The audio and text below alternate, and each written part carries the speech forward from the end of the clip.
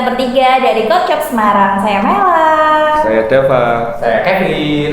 Kali ini kita akan membahas tentang bedah buku lagi nih, bedah buku di episode kesekian gitu ya. Nggak tahu episode ke membahas buku yang sama nih. Bulan ini kita membahas bab terakhir di buku tentang Love of My Life karya dari Pocky Pamungkas. Masih tetap kita bahas bab 10. Judulnya Mencintai Adalah Suatu Keputusan. Duh, ini berhubungan dengan love gitu nggak sih, Mas? Ya, berhubungan dengan cinta-cintanya saja, bukan cinta yang ada di sinetron-sinetron yang biasa kita nonton. Cinta yang dimaksud di sini itu adalah sebuah perasaan yang cukup universal ya. Cinta itu di bab ini dibahas sebagai wujud sifat untuk melawan dendam, wujud sifat untuk melawan kedengkian dan rasa benci.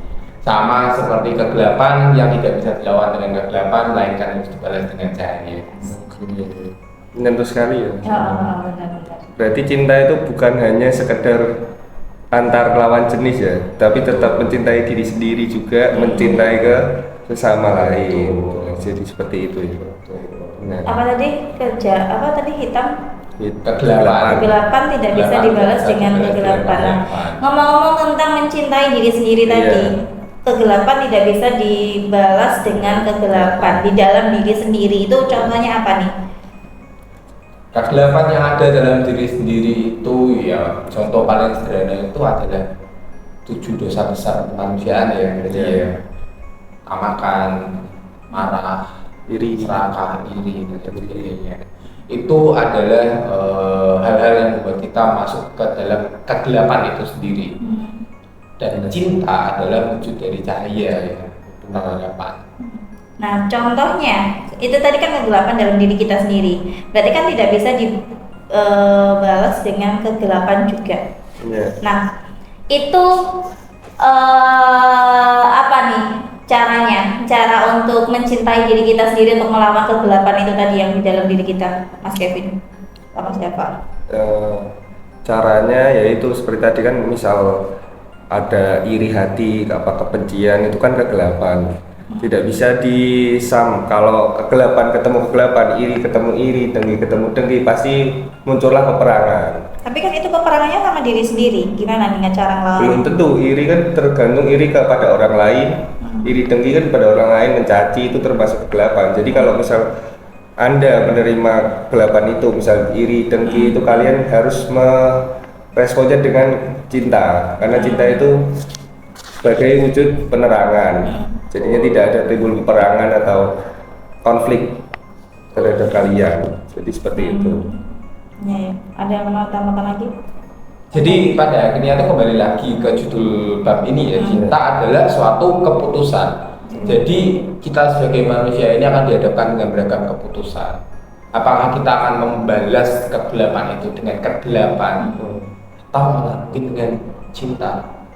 Maksudnya mungkin kegelapan ataupun cinta di sini adalah kita dijahatin orang nih. Masa sih kita harus, kalau kita membalas orang tersebut dengan kejahatan pula, kita bersikap buruk pula sama orang tersebut.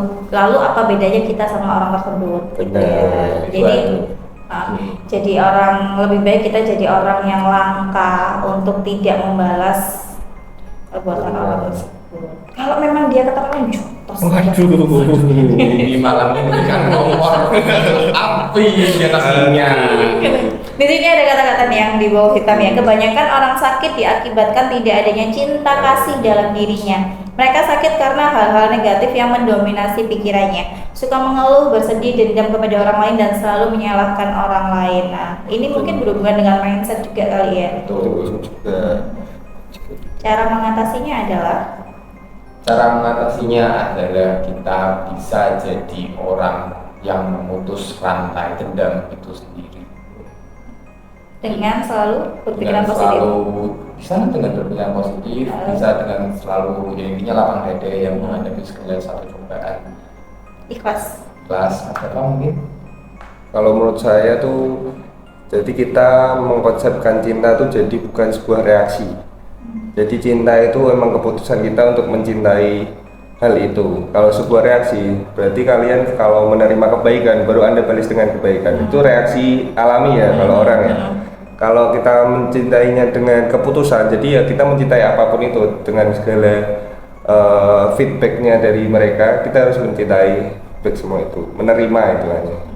Jadi seperti itu. Jadi kalau saya bilang adalah sebelum kamu mencintai orang lain, cintai dulu diri kamu sendiri agar kamu bisa berbagi cinta dengan orang lain. Kalau diri kamu sendiri aja masih dipenuhi dengan kebencian, kejahatan ataupun sifat-sifat negatif lainnya, kamu pasti yang keluar dari diri kita sendiri pasti adalah hal-hal yang negatif gitu kan. Iya. Itu ya, itu sih intinya. Ada lagi conclusionnya mungkin dari bab ini sebelum kita akhiri itu beda buku kali ini. Iya. Conclusionnya adalah ya, conclusionnya itu yang paling sederhana adalah jangan pernah ragu untuk mengambil memaafkan dan memberikan cinta kepada orang-orang terdekat, dan jangan lupakan cinta itu kamu harus berikan juga untuk diri kamu sendiri, karena ya belum tentu kan orang lain memberikan cinta mereka juga kepadamu gitu. Tapi jangan baper duluan masalah itu. Ya di sana.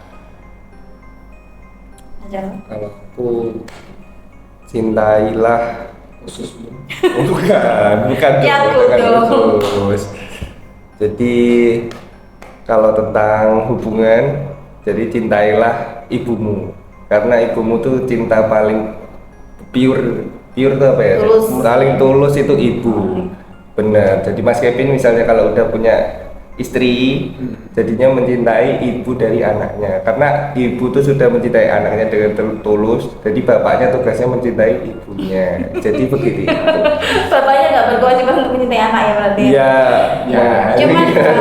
Cuman karena dunia sekarang ini mungkin ini agak berat jadinya ya. Mulai tadi kan Mas Dava bilang cinta ibu kepada anaknya itu adalah cinta yang sangat tulus, cinta yang sangat murni. Seharusnya memang seperti itu. Cuman kita sekarang dihadapkan oleh kehitaman itu tadi. Jadi kata-kata ibu sayang sama anaknya itu kayaknya sudah hanya mungkin tinggal beberapa persen, karena dikotorin oleh beberapa persen lagi. Ada banyak kejadian mungkin kita lihat di berita, ibu bunuh anaknya, ibu menjual anaknya atau gimana sengaja tuh miris ya, melenceng jadinya. Jadi ya itu tadi sih, kuncinya adalah kamu harus menyelesaikan diri kamu sendiri dulu, mencintai diri kamu sendiri dulu agar kamu bisa mencintai orang lain. Oke. Keren nih bahasanya, ringan tapi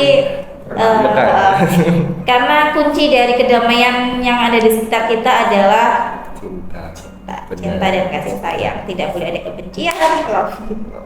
Sarangi kita Kocok Semarang. Kita trio apa?